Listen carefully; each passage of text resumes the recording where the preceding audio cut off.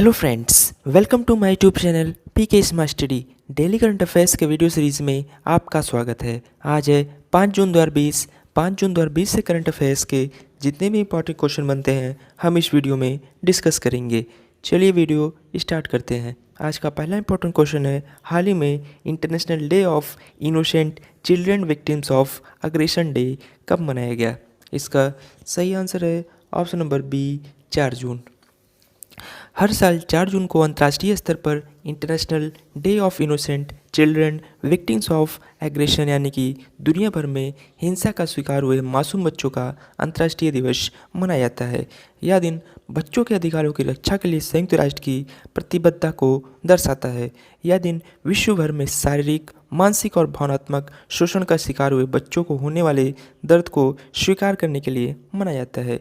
19 अगस्त 1982 को फिलिस्तीन के आगरा पर आपातकालीन सत्र के दौरान संयुक्त राष्ट्र महासभा ने इजराइल की हिंसा से प्रभावित हुए निर्दोष फिलिस्तीनी और लेबनान के पीड़ित बच्चों को याद में हर साल 4 जून को international day of innocent children victims of aggression मनाने का फैसला किया गया था।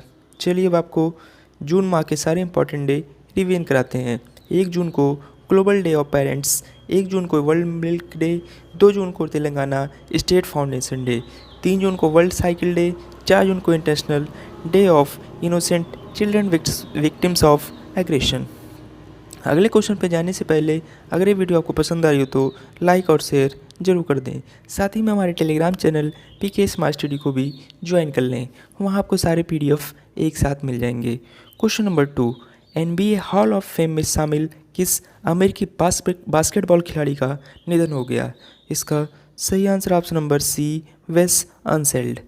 National Basketball Association Hall of Fame में शामिल वेस अनसेल्ड का निधन हो गया। वह अमेरिका के सबसे महान पेशेवर बास्केटबॉल खिलाड़ी थे। इन्होंने 1978 में NBA चैंपियनशिप में अपनी फ्रेंचाइजी वाशिंगटन विज़र्ड्स का नेतृत्व किया था। इन्होंने अपने सभी 13 सीजन वाशिंगटन विज़र्ड्स के लिए खेले और बाद में कोच और महाप्रबंधक के रूप में भी कार्य किया था। उन्हें 1988 में नाई Smith memorial basketball hall of Fame में शामिल किया गया था। चलिए आपको इमेज में दिखाते हैं। ये आपको इमेज में दिखाई दे रहे हैं, ये थे वेस अनसेल्ड। चलिए चलते हैं क्वेश्चन नंबर 3 की तरफ। हाल ही में किसने गूगल के पूर्व CFO को बोर्ड का नया अध्यक्ष बनाया है? इसका सही आंसर है option number C, Twitter. Twitter ने गूगल के पूर्व मुख्य वित्तीय अधिकारी यानी कि CFO का फुल फॉर्म है chief financial officer Patrick Pichette को अपने बोर्ड का नया अध्यक्ष नियुक्त किया गया है। वे ओमिड कोडस्टोनी का जगह लेंगे। पिचेट 2017 में ट्विटर के निदेशक मंडल में शामिल हुए और 2018 के अंत से एक प्रमुख स्वतंत्र निदेशक थे। इससे पहले इन्होंने 2008 से 2015 तक गूगल के CFO के रूप में कार्य किया था। वे ट्विटर के इतिहास में पहला मौका होगा जब कोई बाहरी व्यक्ति बोर्ड की अध्यक्षता करेगा। बात करें CEO ऑफ ट्विटर की तो जैक डॉर्सी, और इसकी स्थापना 21 मार्च 2006 में हुई थी। हेडक्वार्टर है San Francisco, California, United States. चलिए आपको इमेज में दिखाते हैं। ये आपको इमेज में दिखाई दे रहे हैं, ये हैं पैट्रिक पिचेट। चलिए चलते हैं क्वेश्चन नंबर 4 की तरफ। हाल ही में भारत सरकार ने कितने करोड़ डेयरी किसानों के लिए किसान क्रेडिट कार्ड अभियान शुरू किया है? इसका सही आंसर है option number C, 1.5 crore. Bharat सरकार ने 1.5 करोड़ डेयरी किसानों को किसान क्रेडिट कार्ड उपलब्ध कराने के लिए अभियान शुरू किया है। इस अभियान के तहत भारत सरकार अगले 2 महीनों के भीतर यानी 1 जून से 31 जुलाई 2020 तक 1.5 करोड़ डेयरी किसान क्रेडिट कार्ड प्रदान करेगी। किसान क्रेडिट कार्ड दुग्ध संघों और दुग्ध उत्पादक कंपनियों से जुड़े डेयरी किसानों को प्रदान किया जाएगा। चलिए चलते हैं क्वेश्चन नंबर 5 की तरफ। हाल ही में केंद्र सरकार ने विदेशी नागरिकों के कौशल मानचित्रण के लिए कौन सी योजना शुरू की है? इसका सही आंसर ऑप्शन नंबर ए, स्वदेश। भारत सरकार ने वंदे भारत मिशन के तहत विदेशों से लौटने वाले भारतीय नागरिकों का कौशल मानचित्रण करने के लिए एक नई पहल स्वदेश यानी कि skills workers arrival database for employment support शुरू की है। इस पहल का लक्ष्य भारत और विदेशी कंपनियों की मांग को समझने और उसे पूरा करने के लिए उनके कौशल और अनुभव के आधार पर योग्य नागरिकों का एक डेटाबेस तैयार करना है। यह कौशल विकास और उद्यमिता मंत्रालय, नागरिक उड्डयन मंत्रालय और विदेश मंत्रालय की एक संयुक्त पहल है। विदेशों से लौटने वाले नागरिकों के आवश्यक विवरण एकत्र करने के लिए ऑनलाइन फॉर्म तैयार किया गया है।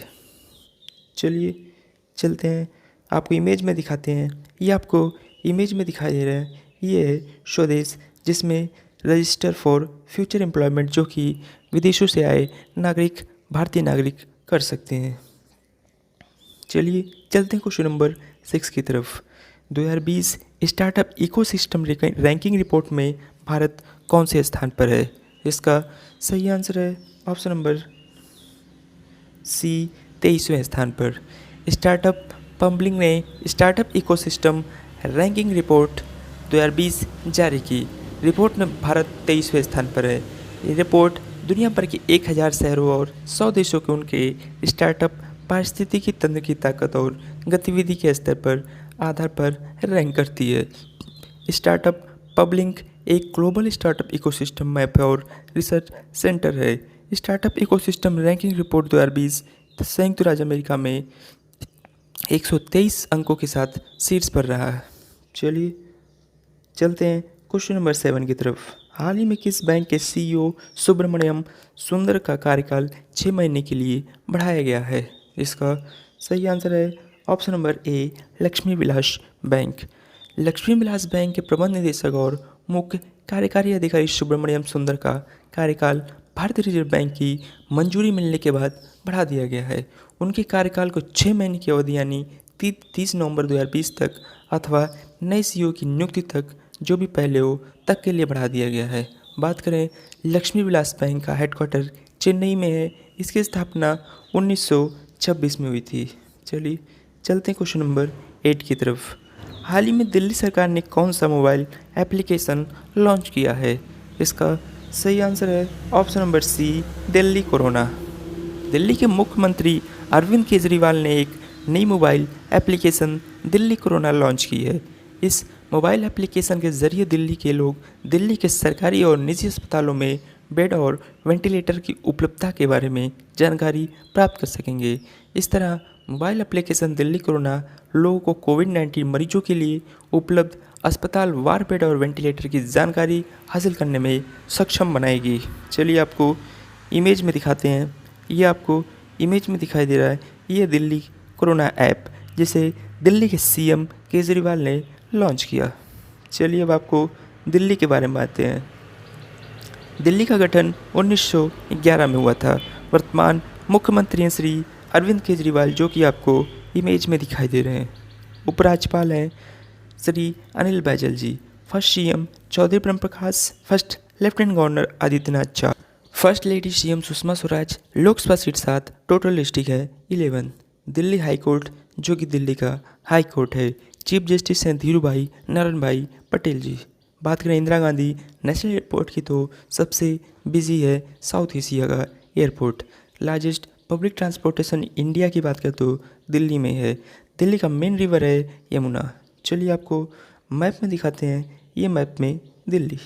चलिए चलते हैं क्वेश्चन नंबर 9 की तरफ। फिनलैंड में भारत का नया राजदूत हाल ही में किसे नियुक्त किया गया है? इसका सही आंसर है option number B, Ravish Kumar. विदेश मंत्रालय में संयुक्त सचिव रवीश कुमार को फिनलैंड में भारत का नया राजदूत नियुक्त किया गया है। रवीश कुमार काफ़ी समय तक विदेश मंत्रालय के प्रवक्ता भी रहे हैं। रवीश कुमार अगस्त 2017 से अप्रैल 2020 तक भारत के विदेश मंत्रालय के प्रवक्ता पद पर रहे। उनके कैरियर की शुरुआत इंडोनेशिया के जकार्ता में भारत मिशन के साथ हुई थी। चलिए आपको इमेज में दिखाते हैं। ये आपको इमेज में दिखाई दे रहे हैं, ये हैं फिनलैंड में भारत के राजदूत रवीश कुमार। चलिए चलते हैं, अब आपको फिनलैंड के बारे में आते हैं। फिनलैंड की कैपिटल है हेलसिंकी। प्रेसिडेंट हैं साउली निनिस्तो। प्राइम मिनिस्टर हैं साना मरीन, जो कि आपको इमेज में दिखाई दे रही हैं। करेंसी है यूरो। इंडिपेंडेंस डे 6 दिसंबर। हाइस्ट माउंटेन है हल्टी। लार्जेस्ट लेक की बात करें तो सुरसाइमा।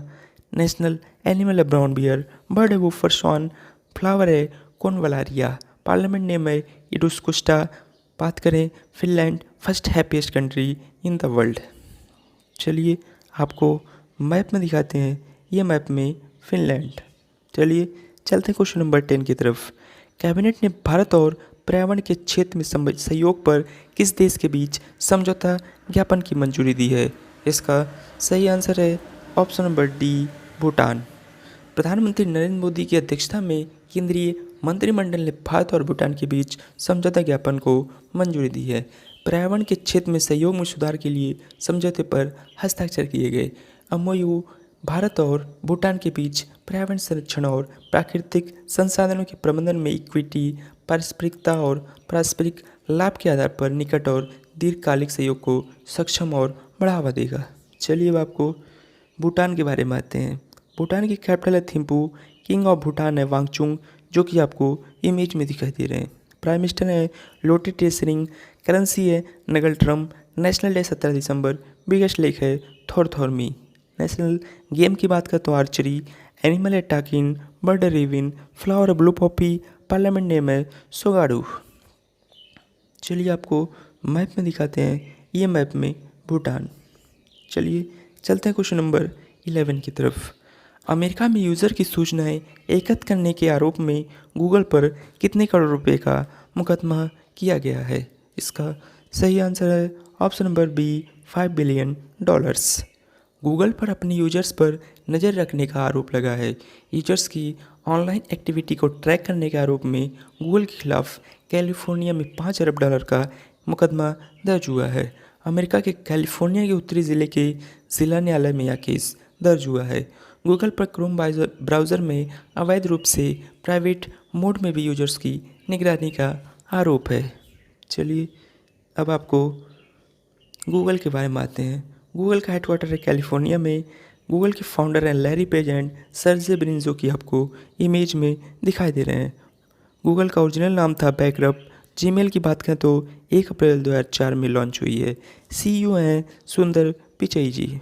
चलिए चलते हैं क्वेश्चन नंबर 12 की तरफ। केंद्र सरकार ने हाल ही में किस पोर्ट ट्रस्ट का नाम बदलकर श्यामा प्रसाद मुखर्जी न्यास करने की मंजूरी दे दी है? इसका सही आंसर है ऑप्शन नंबर ए, कोलकाता पोर्ट ट्रस्ट। प्रधानमंत्री मोदी ने कोलकाता बंदरगाह की 150वीं जयंती के उद्घाटन समारोह के अवसर पर 12 जनवरी 2020 को कोलकाता बंदरगाह का नाम बदलकर जनसंघ के संस्थापक श्यामा प्रसाद मुखर्जी के नाम पर करने की घोषणा की थी। प्रधानमंत्री मोदी ने कहा था कि मुखर्जी बंगाल के थे और औद्योगिकरण के अग्रदूतों में से एक थे। ऐसे में बंदरगाह का नाम मुखर्जी के नाम पर रखना एक ज़रूरी कदम है। कोलकाता बंदरगाह एक स्थित प्रमुख बंदरगाह होने के साथ साथ नदी के किनारे स्थित देश का पहला बंदरगाह है। कोलकाता पोर्ट की गिनती देश के सबसे बड़े बंदरगाहों में होती है। चलिए चलते हैं क्वेश्चन नंबर 13 की तरफ। राष्ट्रीय उर्वरक लिमिटेड यानी कि नेशनल फर्टिलाइजेशन लिमिटेड NFL के अध्यक्ष और प्रबंध निदेशक के रूप में किसने पद ग्रहण किया है? इसका सही answer option number A, Virendra Nath Dutt ji. Virendra Nath Dutt निदेशक राष्ट्रीय उर्वरक लिमिटेड ने 3 जून को कंपनी के अध्यक्ष और प्रबंध निदेशक का अतिरिक्त प्रभार संभाला। दत्त अक्टूबर 2018 से कंपनी के निदेशक के रूप में जुड़े हुए हैं।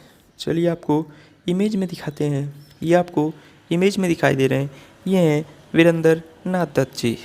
चलिए चलते हैं क्वेश्चन नंबर 14 की तरफ। 3 जून 2020 को नई दिल्ली में वीडियो कॉन्फ्रेंस के माध्यम से बिजली में pan India real time market का शुभारंभ किसने किया? इसका सही आंसर है option number B, RK Singh. केंद्रीय राज्य मंत्री बिजली और नई और नवीकरणीय ऊर्जा और राज्य मंत्री RK सिंह ने 3 जून 2020 को नई दिल्ली में वीडियो कॉन्फ्रेंस के माध्यम से बिजली में pan India real time market की शुरुआत की है। चलिए चलते हैं क्वेश्चन नंबर 15 की तरफ। हाल ही में किस राज्य सरकार ने कॉन्टैक्ट ट्रेसिंग की सुविधा हेतु सैलून और ब्यूटी पार्लरों जैसी सुविधाओं के लिए आधार कार्ड को अनिवार्य कर दिया है? इसका सही answer option number C, Tamil Nadu. Corona virus के जारी युद्ध के बीच सरकार ने देश की अर्थव्यवस्था को गति देने के लिए कई तरह के कारोबारों को खोलने की इजाज़त दे दी है। तमिलनाडु में अब बाल कटवाने या ब्यूटी पार्लर की सेवा लेने के लिए आधार कार्ड को अनिवार्य कर दिया है। राज्य सरकार की दलील है कि इससे कोरोना वायरस संक्रमण को ट्रेस करने में आसानी होगी। चलिए अब आपको तमिलनाडु के बारे में आते हैं। तमिलनाडु का गठन 26 जनवरी 1950 को हुआ था। वर्तमान मुख्यमंत्री श्री तिरुइटापट्टी के पलानीस्वामी, जो कि आपको इमेज में दिखाई दे रहे हैं। गवर्नर हैं श्री बनवारी लाल पुरोहित। कैपिटल चेन्नई। फर्स्ट सीएम ए Subba Reddy Reddiar. First governor Edward नाई। Lok Sabha seat 39, Rajya Sabha seat 18, total district है 32। मेन फेस्टिवल है पोंगल। बात करें तमिलनाडु का हाई कोर्ट, जो कि मद्रास हाई कोर्ट है। चीफ जस्टिस हैं अमरेश्वर प्रताप शाही जी। बात करें स्टेट ट्री की तो पाम, फ्लावर है ग्लोरिसा लिली, एनिमल है नीलगिरी थैल, स्टेट बर्ड है इमरल्ड डव, ट्रेडिशनल डांस है भरतनाट्यम। नेशनल पार्क की बात करें तो gulf of Mannar marine, Anamalai tiger reserve, Mudumalai dam से मेटूर, वैगई भवानी सागर और अमरावती। मेन रिवर्स है कावेरी, वैगई और अमरावती। तमिलनाडु से सटे राज्यों के बारे में आते हैं। केरला है वेस्ट में, कर्नाटक है नॉर्थ वेस्ट में, आंध्र प्रदेश है नॉर्थ में, ईस्ट में है बे ऑफ बंगाल एंड पुडुचेरी। चलिए आपको मैप में दिखाते हैं, ये मैप में तमिलनाडु। चलिए चलते हैं आज के 5 जून के इतिहास में घटित हुए घटनाओं के बारे में जानते हैं। 5 जून 1507 में इंग्लैंड और नीदरलैंड व्यापार समझौते पर सहमत हुई। 5 जून 1659 में मुगल शासक औरंगजेब आधिकारिक रूप से दिल्ली की गद्दी पर बैठे थे। बात करें 1664 में तो मुस्तफ़ा द्वितीय तुर्की का सुल्तान बना था। 1716 में इंग्लैंड और सम्राट केरल सैयाह ने सैन्य संधि पर हस्ताक्षर किए। 1806 में लुइस बोनाफोर्ट का हॉलैंड के राजा के रूप में उनके भाई सम्राट नेपोलियन द्वारा बैटवियन रिपब्लिक की जगह नियुक्त किया गया। बात करें 1823 में तो सिंगापुर के संस्थापक सर स्टैमफोर्ड रापल्स द्वारा सिंगापुर इंस्टीट्यूशन के रूप में रेफल्स इंस्टीट्यूशन की स्थापना की गई। बात करें 1827 में तो ग्रीक की स्वतंत्रता की लड़ाई के दौरान तुर्कों ने एक्रोपोलिस और एथेंस पर कब्जा किया। बात करें 1837 में तो ह्यूस्टन शहर टेक्सास गणराज्य द्वारा शामिल किया गया। 1846 में अमेरिका में फिलाडेल्फिया और बाल्टीमोर के बीच टेलीग्राफ लाइन की शुरुआत की गई। बात करें 1882 में तो मुंबई में तूफान और बाढ़ से करीब 1 लाख लोगों की मौत हो गई। 1888 में अमेरिका के डेमोक्रेट राष्ट्रपति ग्रोवर क्लीवेलैंड के लिए मनोनीत किए गए। 1915 में डेनमार्क ने अपने संविधान में संशोधन कर महिलाओं का वोट अधिकार दिया। बात करें 1928 में हाउस और सीनेट चुनाव फिलीपींस में आयोजित किया गया, जिसमें नेशनलिस्ट पार्टी ने जीत दर्ज की। बात करें 1967 में तो इजराइल ने मिस्र पर हमला कर उसके करीब 400 लड़ाकू विमान नष्ट कर दिए थे। 1969 की बात करें तो एक अंतर्राष्ट्रीय कम्युनिस्ट सम्मेलन मॉस्को में शुरू हुआ था। 2013 नवाज शरीफ पाकिस्तान के प्रधानमंत्री बने थे। बात करें 2013 में भारत के बिहार राज्य में 44 लोग एक बिजली तूफान द्वारा मारे गए। 1972 में संयुक्त राष्ट्र महासभा द्वारा आयोजित विश्व पर्यावरण सम्मेलन में विश्व पर्यावरण दिवस की शुरुआत हुई। 1988 में पहला राष्ट्रीय कैंसर उत्तरजीवी दिवस आयोजित किया गया। बात करें 1990 में तो सोवियत संघ के अंतिम राष्ट्रपति मिखाइल गोर्बाचोव को नोबेल शांति पुरस्कार से सम्मानित किया गया। बात करें 2000 में तो सबसे पहले छोटी फिल्म 405 द मूवी को इंटरनेट पर जारी किया गया। जल्दी चलते हैं आज के स्टैटिक जीके क्वेश्चन की तरफ। भारत सरकार के सभी कार्यकारी कार्यों को किसके नाम पर लिया जाता है? इसका सही आंसर ऑप्शन नंबर ए, प्रेसिडेंट। चलिए चलते हैं आंसर ऑफ स्टडी क्वेश्चन की तरफ। हाल ही में किस मंत्री ने आधार के जरिए तत्काल ई पैन सुविधा शुरू की है? इसका सही आंसर था ऑप्शन नंबर डी, वित्त मंत्री निर्मला सीतारमण जी। चलिए चलते हैं क्वेश्चन ऑफ द डे की तरफ। हाल ही में किसने अल्ट्रा स्वच्छ डिसइंफेक्शन यूनिट विकसित की है? इसका सही आंसर आपको कमेंट बॉक्स में कमेंट करके बताना है। और ऐसे डेली करंट अफेयर्स के वीडियो के लिए आप अपने चैनल पीके स्मार्ट स्टडी को सब्सक्राइब करें। वीडियो पसंद आई हो तो लाइक और शेयर जरूर करें। Thank you.